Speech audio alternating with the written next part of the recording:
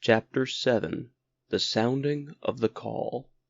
When Buck earned $1,600 in 5 minutes for John Thornton, he made it possible for his master to pay off certain debts and to journey with his partners into the East after a fabled lost mine, the history of which was as old as the history of the country. Many men had sought it, few had found it, and more than a few there were who had never returned from the quest. This lost mine was steeped in tragedy and shrouded in mystery. No one knew of the first man. The oldest tradition stopped before it got back to him. From the beginning there had been an ancient and ramshackle cabin. Dying men had sworn to it, and to the mine the site of which it marked, clinching their testimony with nuggets that were unlike any known grade of gold in the Northland. But no living man had looted this treasure house, and the dead were dead. Wherefore John Thornton and Pete and Hans, with Buck and half a dozen other dogs, faced into the East on an unknown trail to achieve where men and dogs as good as themselves have failed. They sledded 70 miles up the Yukon, swung left into the Stewart River, passed the Mayo and the McQuestion, and held on until the Stewart itself became a streamlet, threading the upstanding peaks which marked the backbone of the continent. John Thornton asked little of man or nature. He was unafraid of the wild. With a handful of salt and a rifle he could plunge into the wilderness and fare wherever he pleased, and as long as he pleased. Being in no haste, Indian fashion, he hunted his dinner in the course of the day's travel, and if he failed to find it, like the Indian, he kept on traveling, secure in the knowledge that sooner or later he would come to it. So, on this great journey into the East, straight meat was the bill of fare. Ammunition and tools principally made up the load on the sled, and the time card was drawn upon the limitless future. To Buck it was boundless delight, this hunting, fishing, and indefinite wandering through strange places. For weeks at a time they would hold on steadily, day after day, and for weeks upon end they would camp here and there, the dogs loafing and the men burning holes through frozen muck and gravel and washing countless pans of dirt by the heat of the fire. Sometimes they went hungry, sometimes they feasted riotously, all according to the abundance of game and the fortune of hunting. Summer arrived, and dogs and men packed on their backs, rafted across blue mountain lakes, and descended or ascended unknown rivers in slender boats whipsawed from the standing forest. The months came and went, and back and forth they twisted through the uncharted vastness, where no men were, and yet where men had been if the lost cabin were true. They went across divides in summer blizzards, shivered under the midnight sun on naked mountains between the timberline and the eternal snows, dropped into summer valleys amid swarming gnats and flies, and in the shadows of glaciers picked strawberries and flowers as ripe and fair as any the Southland could boast.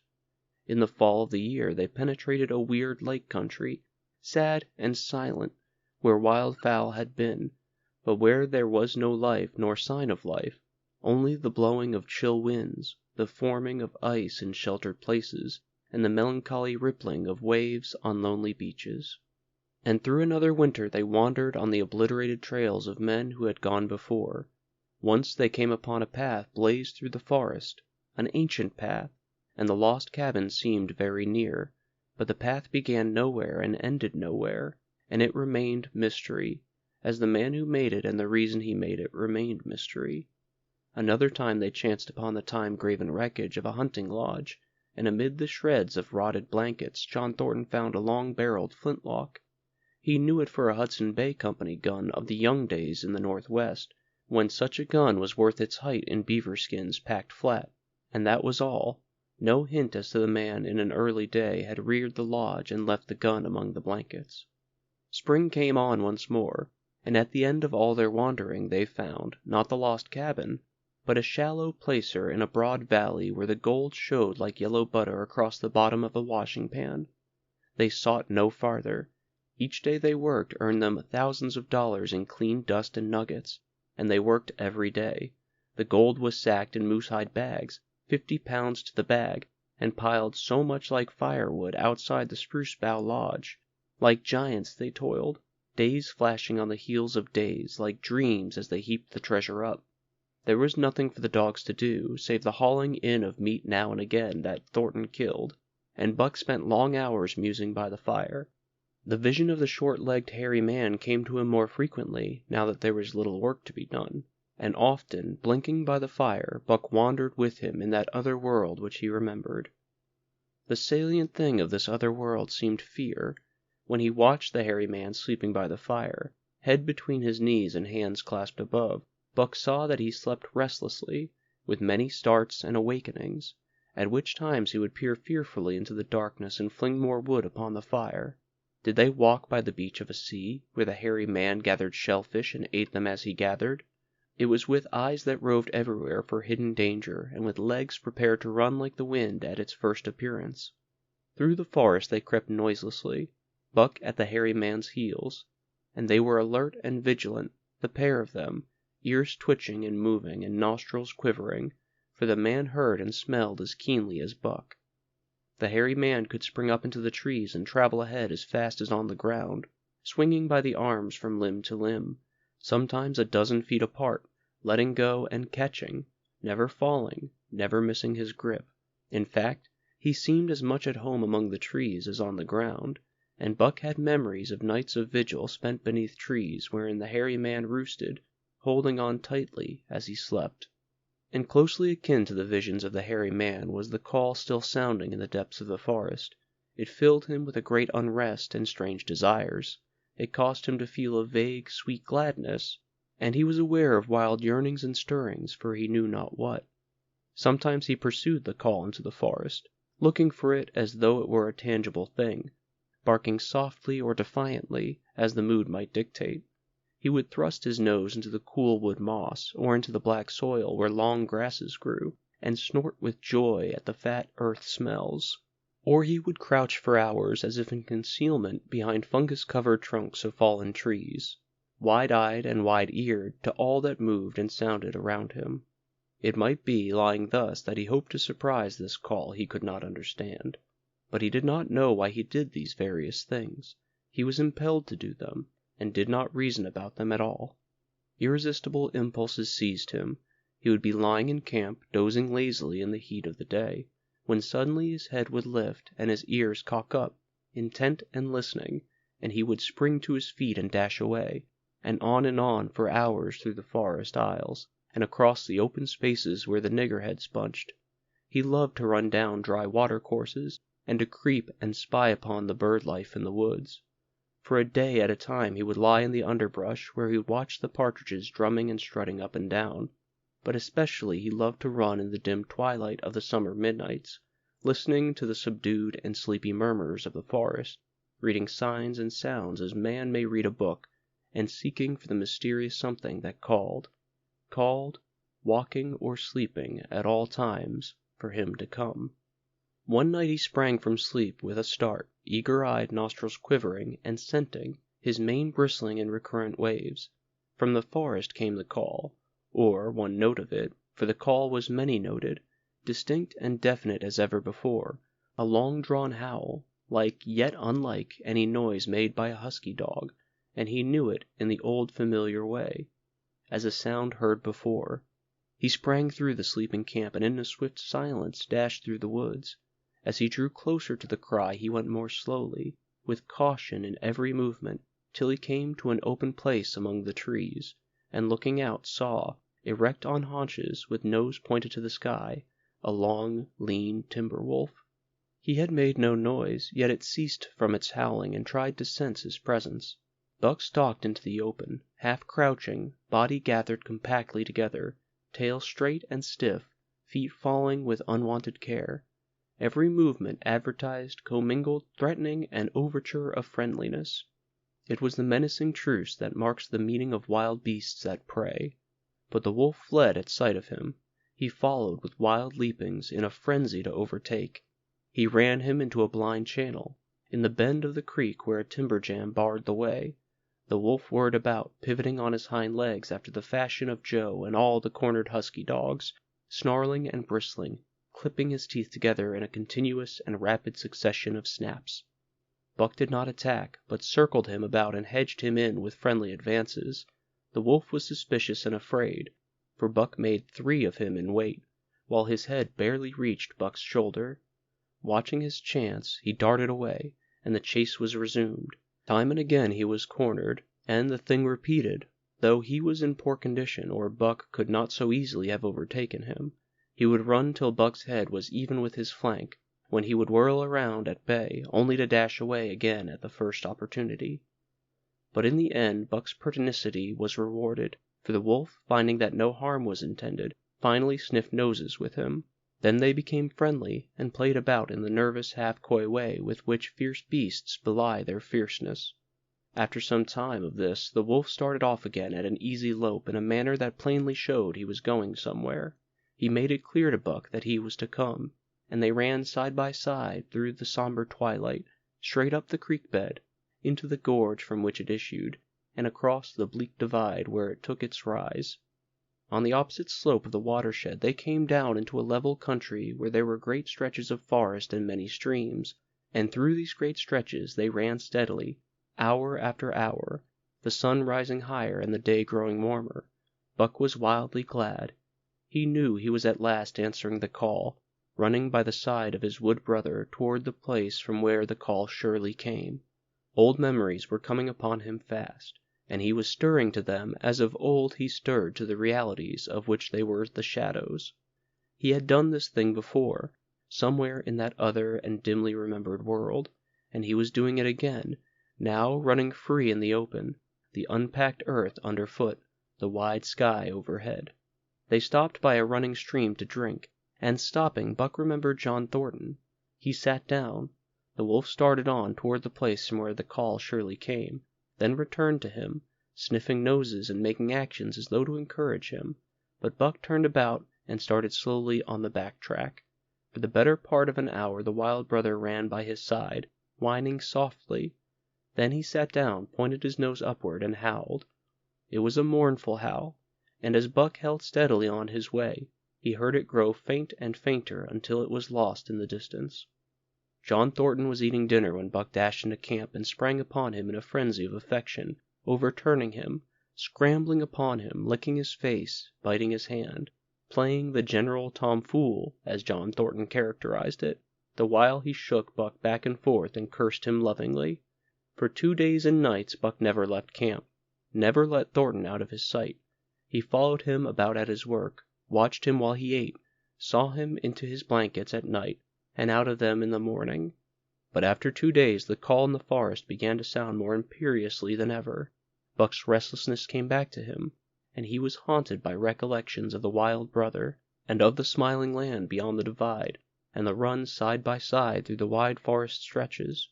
Once again he took to wandering in the woods, but the wild brother came no more, and though he listened through long vigils, the mournful howl was never raised. He began to sleep out at night, staying away from camp for days at a time, and once he crossed the divide at the head of the creek and went down into the land of timber and streams. There he wandered for a week, seeking vainly for fresh sign of the wild brother, killing his meat as he traveled, and traveling with the long, easy lope that seemed never to tire. He fished for salmon in a broad stream that emptied somewhere into the sea, and by this stream he killed a large black bear, blinded by the mosquitoes, likewise fishing, and raging through the forest helpless and terrible.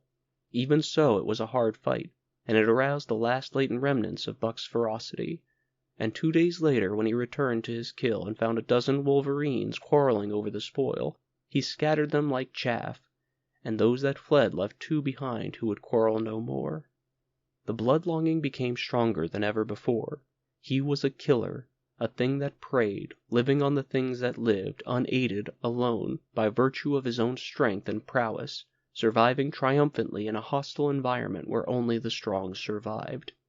Because of all this, he became possessed of a great pride in himself, which communicated itself like a contagion to his physical being. It advertised itself in all his movements, was apparent in the play of every muscle, spoke plainly as speech in the way he carried himself, and made his glorious furry coat, if anything, more glorious. But for the stray brown on his muzzle and above his eyes, and for the splash of white hair that ran midmost down his chest, he might as well have been mistaken for a gigantic wolf, larger than the largest of the breed.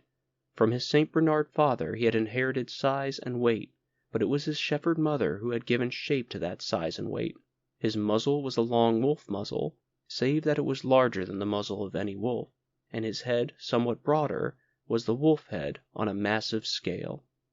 His cunning was wolf cunning, and wild cunning, his intelligence shepherd intelligence, and St. Bernard intelligence, and all this, plus an experience gained in the fiercest of schools, made him as formidable a creature as any that roamed the wild. A carnivorous animal living on a straight meat diet, he was in full flower, at the high tide of his life, overspilling with vigor and virility. When Thornton passed a caressing hand along his back, a snapping and crackling followed the hand, each hair discharging its pent magnetism at the contact. Every part, brain and body, nerve tissue and fiber, was keyed to the most exquisite pitch, and between all the parts there was a perfect equilibrium or adjustment. To sights and sounds and events which required action, he responded with lightning-like rapidity. Quickly as a husky dog could leap to defend from attack, or to attack, he could leap twice as quickly. He saw the movement or heard sound, and responded in less time than another dog required to compass the mere seeing or hearing. He perceived and determined and responded in the same instant. In point of fact, the three actions of perceiving, determining, and responding were sequential, but so infinitesimal were the intervals of time between them that they appeared simultaneous. His muscles were surcharged with vitality and snapped into place sharply like steel springs. Life streamed through him in splendid flood, glad and rampant, until it seemed that it would burst him asunder in sheer ecstasy and pour forth generously over the world. "Never there was such a dog," said John Thornton one day, as the partners watched Buck marching out of camp. "When he was made the mold was broke," said Pete. "By jingo, I think so mineself," Hans affirmed. They saw him marching out of camp, but they did not see the instant and terrible transformation which took place as soon as he was within the secrecy of the forest. He no longer marched. At once he became a thing of the wild, stealing along softly, cat-footed, a passing shadow that appeared and disappeared among the shadows. He knew how to take advantage of every cover, to crawl on his belly like a snake, and like a snake to leap and strike. He could take a ptarmigan from its nest, kill a rabbit as it slept, and snap in mid-air at the little chipmunks fleeing a second too late for the trees. Fish in open pools were not too quick for him, nor were beaver mending their dams too wary. He killed to eat, not from wantonness, but he preferred to eat what he killed himself, so a lurking humor ran through his deeds, and it was his delight to steal upon the squirrels, and where he had all but had them, to let them go, chattering in mortal fear, to the tree-tops. As the fall of the year came on, the moose appeared in greater abundance, moving slowly down to meet the winter in the lower and less rigorous valleys. Buck had already dragged down a stray part-grown calf, but he wished strongly for a larger and more fitable quarry, and he came upon it one day on the divide at the head of the creek. A band of 20 moose had crossed over from the land of streams and timber, and chief among them was a great bull. He was in a savage temper, and, standing over 6 feet from the ground, was as formidable an antagonist as even Buck could desire. Back and forth the bull tossed his great palmated antlers, branching to 14 points and embracing 7 feet within the tips. His small eyes burned with a vicious and bitter light, while he roared with fury at the sight of Buck. From the bull's side, just forward of the flank, protruded a feathered arrow end, which accounted for his savageness. Guided by that instinct which came from the old hunting days of the primordial world, Buck proceeded to cut the bull out from the herd. It was no slight task. He would bark and dance about in front of the bull, just out of reach of the great antlers, and of the terrible splay hoofs which could have stamped his life out with a single blow. Unable to turn his back on the fanged danger and go on, the bull would be driven into paroxysms of rage. At such moments he charged Buck, who retreated craftily, luring him on by a simulated inability to escape. But when he was thus separated from his fellows, 2 or 3 of the younger bulls would charge back upon Buck, and enable the wounded bull to rejoin the herd. There is the patience of the wild, dogged, tireless, persistent as life itself, that holds motionless for endless hours the spider in its web, the snake in its coils, the panther in its ambuscade. This patience belongs peculiarly to life when it hunts its living food, and it belonged to Buck as he clung to the flank of the herd, retarding its march, irritating the young bulls, worrying the cows with their half-grown calves, and driving the wounded bull mad with helpless rage. For half a day this continued. Buck multiplied himself, attacking from all sides, enveloping the herd in a whirlwind of menace, cutting out his victim as fast as it could rejoin his mates, wearing out the patience of creatures preyed upon, which is a lesser patience than that of creatures preying. As the day wore along and the sun dropped to its bed in the northwest, the darkness had come back and the fall nights were 6 hours long. The young bulls retraced their steps more and more reluctantly to the aid of their beset leader. The downcoming winter was harrying them on to the lower levels, and it seemed they could never shake off this tireless creature that held them back. Besides, it was not the life of the herd or of the young bulls that was threatened. The life of only one member was demanded, which was a remoter interest than their lives, and in the end they were content to pay the toll. As twilight fell, the old bull stood with lowered head, watching his mates, the cows he had known, the calves he had fathered, the bulls he had mastered, as they shambled on at a rapid pace through the fading light. He could not follow, for before his nose leaped the merciless fanged terror that would not let him go. 300 weight, more than half a ton he weighed. He had lived a long, strong life, full of fight and struggle, and at the end he faced death at the teeth of a creature whose head did not reach beyond his great knuckled knees. From then on, night and day, Buck never left his prey, never gave it a moment's rest, never permitted it to browse the leaves of trees or the shoots of young birch and willow, nor did he give the wounded bull opportunity to slake his burning thirst in the slender trickling streams they crossed. Often in desperation he burst into long stretches of flight. At such times Buck did not attempt to slay him, but loped easily at his heels, satisfied with the way the game was played, lying down when the moose stood still, attacking him fiercely when he strove to eat or drink. The great head drooped more and more under its tree of horns, and the shambling trot grew weak and weaker. He took to standing for long periods, with nose to the ground and dejected ears dropped limply, and Buck found more time in which to get water for himself and which to rest.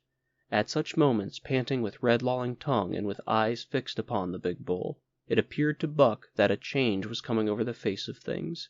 He could feel a new stir in the land. As the moose were coming into the land, other kinds of life were coming in. Forest and stream and air seemed palpitant with their presence. The news of it was borne in upon him, not by sight or sound or smell, but by some other and subtler sense. He heard nothing, saw nothing, yet knew that the land was somehow different, that through it strange things were afoot and ranging, and he resolved to investigate after he had finished the business in hand. At last, at the end of the 4th day, he pulled the great moose down. For a day and a night he remained by the kill, eating and sleeping, turn and turn about. Then, rested, refreshed, and strong, he turned his face toward camp and John Thornton. He broke into the long easy lope and went on hour after hour, never at loss for the tangled way, heading straight home through strange country with a certitude of direction that put man and his magnetic needle to shame. As he held on, he became more and more conscious of the new stir in the land. There was life abroad in it different from the life which had been there throughout the summer. No longer was this fact borne in upon him in some subtle, mysterious way. The birds talked of it, the squirrels chattered about it, the very breeze whispered of it. Several times he stopped and drew in the fresh morning air in great sniffs, reading a message which made him leap on with greater speed. He was oppressed with a sense of calamity happening, if it were not calamity already happened, and as he crossed the last watershed and dropped down into the valley toward camp, he proceeded with greater caution. 3 miles away he came upon a fresh trail that sent his neck hair rippling and bristling. It led straight towards camp and John Thornton. Buck hurried on, swiftly and stealthily, every nerve straining and tense, alert to the multitudinous details which told a story, all but the end. His nose gave him a varying description of the passage of the life on the heels of which he was traveling. He remarked the pregnant silence of the forest. The bird life had flitted. The squirrels were in hiding. One only he saw, a sleek gray fellow, flattened against a gray dead limb so that he seemed a part of it, a woody excrescence upon the wood itself. As Buck slid along with the obscureness of a gliding shadow, his nose was jerked suddenly to the side as though a positive force had gripped and pulled it. He followed the new scent into a thicket and found Nig. He was lying on his side, dead where he had dragged himself, an arrow protruding, head and feathers from either side of his body. 100 yards further on, Buck came upon one of the sled dogs Thornton had bought in Dawson. The dog was thrashing about in a death struggle, directly on the trail, and Buck passed around him without stopping. From the camp came the faint sound of many voices, rising and falling in a sing-song chant. Bellying forward to the edge of the clearing, he found Hans, lying on his face, feathered with arrows like a porcupine. At the same instant Buck peered out where the Spruce Bough Lodge had been, and saw what made his hair leap straight up upon his neck and shoulders. A gust of overpowering rage swept over him. He did not know that he growled, but he growled aloud with a terrible ferocity. For the last time in his life he allowed passion to usurp cunning and reason, and it was because of his great love for John Thornton that he lost his head. The Yeehats were dancing about the wreckage of the Spruce Bough Lodge when they heard a fearful roaring and saw rushing upon them an animal the like of which they had never seen before. It was Buck, a live hurricane of fury, hurling himself upon them in a frenzy to destroy. He sprang at the foremost man. It was the chief of the Yeehats, ripping the throat wide open till the rent jugular spouted a fountain of blood. He did not pause to worry the victim, but ripped in passing, with the next bound tearing wide the throat of a second man. There was no withstanding him. He plunged about in their very midst, tearing, rending, destroying, in constant and terrific motion which defied the arrows they discharged at him. In fact, so inconceivably rapid were his movements, and so closely were the Indians tangled together, that they shot one another with the arrows, and one young hunter, hurling a spear at Buck in mid-air, drove it through the chest of another hunter with such force that the point broke through the skin of the back and stood out beyond. Then a panic seized the Yeehats, and they fled in terror to the woods, proclaiming as they fled the advent of the evil spirit. And truly Buck was the fiend incarnate, raging at their heels and dragging them down like deer as they raced through the trees. It was a fateful day for the Yeehats. They scattered far and wide over the country, and it was not till a week later that the last of the survivors gathered together in a lower valley and counted their losses. As for Buck, wearying of the pursuit, he returned to the desolated camp. He found Pete where he had been killed in his blankets in the first moment of surprise. Thornton's desperate struggle was fresh written on the earth, and Buck scented every detail of it down to the edge of a deep pool. By the edge, head and forefeet in the water, lay Skeet, faithful to the last. The pool itself, muddy and discolored from the sluice boxes, effectually hid what it contained, and it contained John Thornton, for Buck followed his trace into the water, from which no trace led away. All day Buck brooded by the pool or roamed restlessly about the camp. Death as a cessation of movement, as a passing out and away from the lives of the living, he knew, and he knew John Thornton was dead. It left a great void in him, somewhat akin to hunger, but a void which ached, and which food could not fill. At times, when he paused to contemplate the carcasses of the Yeehats, he forgot the pain of it, and at such times he was aware of a great pride in himself, a pride greater than any he had yet experienced. He had killed man, the noblest game of all, and he had killed in the face of the law of club and fang. He sniffed the bodies curiously. They had died so easily. It was harder to kill a husky dog than them. They were no match at all were it not for their arrows and spears and clubs. Thenceforward he would be unafraid of them, except when they bore in their hands their arrows, spears, and clubs. Night came on, and a full moon rose high over the trees into the sky, lighting the land till it lay bathed in a ghostly day. And with the coming of the night, brooding and mourning by the pool, Buck became alive to a stirring of the new life in the forest other than that which the Yeehats had made. He stood up, listening and scenting. From far away drifted a faint sharp yelp, followed by a chorus of similar sharp yelps. As the moments passed, the yelps grew closer and louder.